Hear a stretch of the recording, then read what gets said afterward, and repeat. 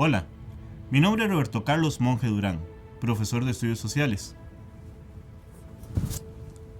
Vengo a hablarles sobre el origen de los estados nacionales. Conocer el origen del Estado Nacional le permite comprender su papel dentro de la sociedad civil. Y con ello, usted podrá aportar y transformar la realidad del Estado Nacional al que pertenece. Bueno, en nuestro caso, Costa Rica. Y es acerca de esto, de una transformación iniciada hace más de 700 años, entre el siglo XIII y el siglo XVIII, de lo que les vengo a hablar.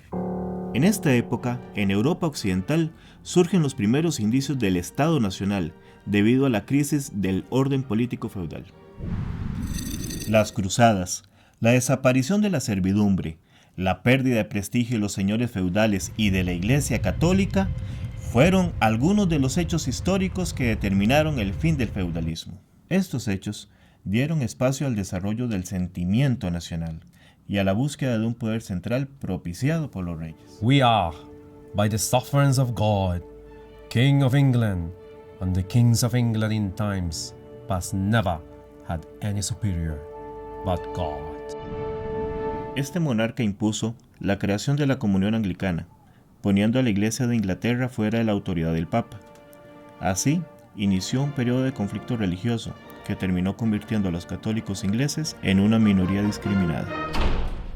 Sin duda, Enrique VIII fue uno de los personajes en la transformación del sistema político de Inglaterra y de los inicios de lo que hoy llamamos la nación inglesa. Ahora bien, los casos más significativos para conocer el origen del Estado Nacional son Inglaterra, Francia y España. El primer caso del que hablaremos es Inglaterra. La unidad nacional de este país se rige a partir de dos instituciones claves, la monarquía y el parlamento. El proceso inglés fue determinado y se consolidó luego de dos largas guerras. La primera, la Guerra de los 100 Años, corresponde al periodo comprendido entre 1337 y 1453, en que se produjeron varias guerras que enfrentaron a diferentes generaciones de ingleses y franceses. La segunda, la Guerra de las Dos Rosas, fue una serie de guerras civiles que afectaron a Inglaterra entre 1455 y 1485, y que se caracterizó por la lucha encarnizada entre las casas de Lancaster y York por el trono inglés. Estas guerras arruinaron política y económicamente a la nobleza inglesa.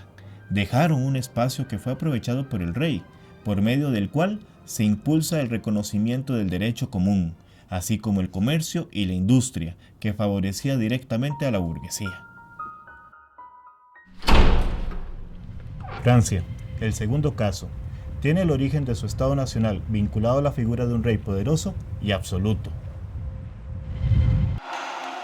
La lucha contra los ingleses durante la llamada Guerra de los 100 Años fortaleció en Francia el poder monárquico y estableció las bases de un Estado absolutista, donde los reyes eran considerados gobernantes por derecho divino. Por este motivo, el rey procuró la conformación de un aparato burocrático que le facilitara la administración de la justicia, el cobro de los tributos y la organización del ejército, entre otros. Otro elemento importante del caso francés fue que el desarrollo del sentimiento nacional se fundó en su repudio hacia todo aquello que fuera inglés, determinando de esta forma su identidad como franceses y su lealtad a una monarquía absoluta.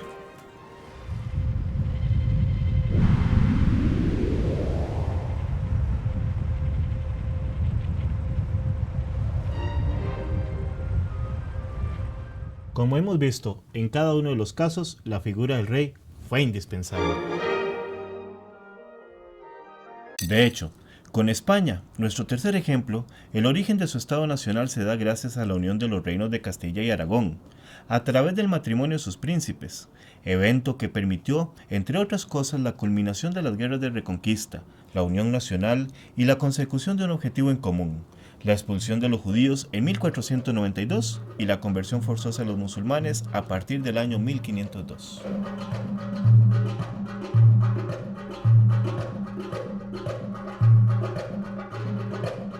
Por lo tanto, el origen del Estado Nacional implicó la exclusión de otros, en el caso de España de los judíos y los musulmanes, en Inglaterra de los cristianos católicos y en Francia de los ingleses. Como vimos, la transformación del orden político estuvo respaldada y condicionada por intereses económicos. La transformación de estos países en estados nacionales se debió, entre otras cosas, a la participación de los burgueses. Por otra parte, el crecimiento de su actividad comercial propició la acumulación de capital. Gracias a la participación de los burgueses y su capacidad para financiar las guerras, fue que los reyes promovieron y consolidaron su poder central. Es importante mencionar que la idea de la nación contó con el apoyo de algunos de los intelectuales de la época, como por ejemplo Nicolás Maquiavelo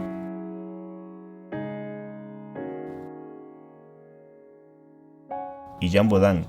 Estos defendían la idea de un Estado con gobierno fuerte. Sin embargo, en Europa, no todos los países embarcaron con facilidad en la aventura de establecer una nación. Podemos citar a Italia y Alemania, donde estos países carecían de un poder central sólido, sufrían la constante intervención de potencias extranjeras, lo cual era reflejo de su debilidad.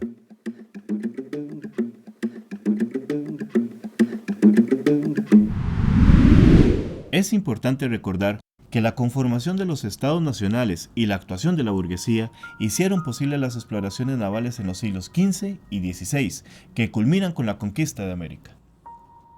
Y cómo en los siglos posteriores se siguió dando forma al concepto de Estado Nacional, hasta que en el siglo XVIII, con la Ilustración y gracias a pensadores como Rousseau, Montesquieu, Diderot, Voltaire, Smith, Ricardo, Malthus, Locke y Hobbes, se desarrolla la teoría del Estado, que identifica los componentes mínimos del Estado Nacional, que son unidad de territorio,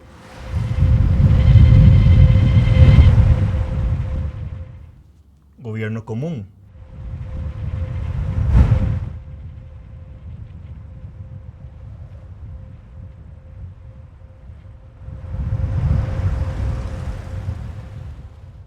idioma.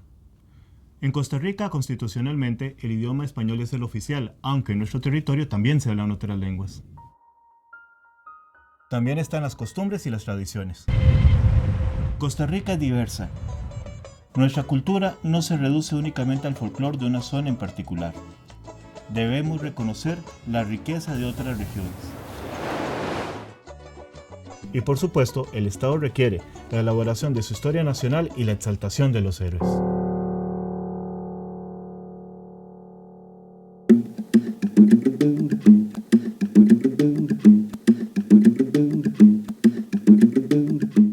Los conceptos son ideas que nos facilitan la comprensión de ciertos hechos. Para este caso, debemos saber qué significa nación, qué significa Estado y qué significa Estado-nación.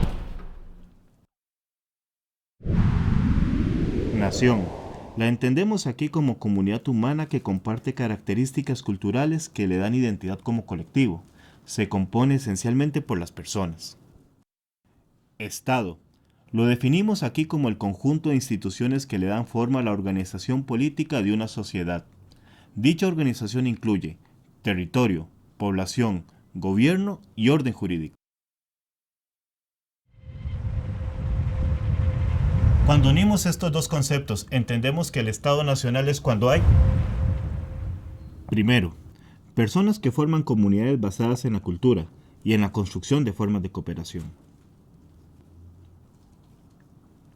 Segundo, la forma en que estas personas se organizan para alcanzar metas comunes.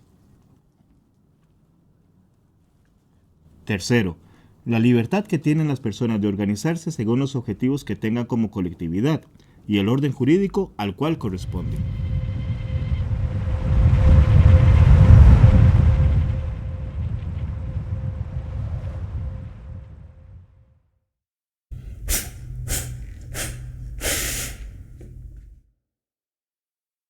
Resumen, los estados nacionales se constituyeron desde la exclusión de lo diferente, promovieron la homogeneización, todo determinado por un poder central. Los componentes que constituyen el Estado Nacional son unidad del espacio geográfico, un gobierno común, idioma, costumbres, tradiciones e historia. Hoy en día estamos ante el reto de transformar nuestro Estado Nacional. Todos debemos trabajar juntos para lograr un país inclusivo y respetuoso de la diversidad, donde podamos construir un sentido de nacionalidad crítico. Pregúntese entonces, ¿de qué forma puedo aportar a una comunidad nacional más inclusiva? Con su respuesta y sus acciones, es como lograremos romper con todos los relojes de arena que retrasan el desarrollo de nuestro país. Es así como construimos el Estado Nacional. Recuerde, el tiempo pasa.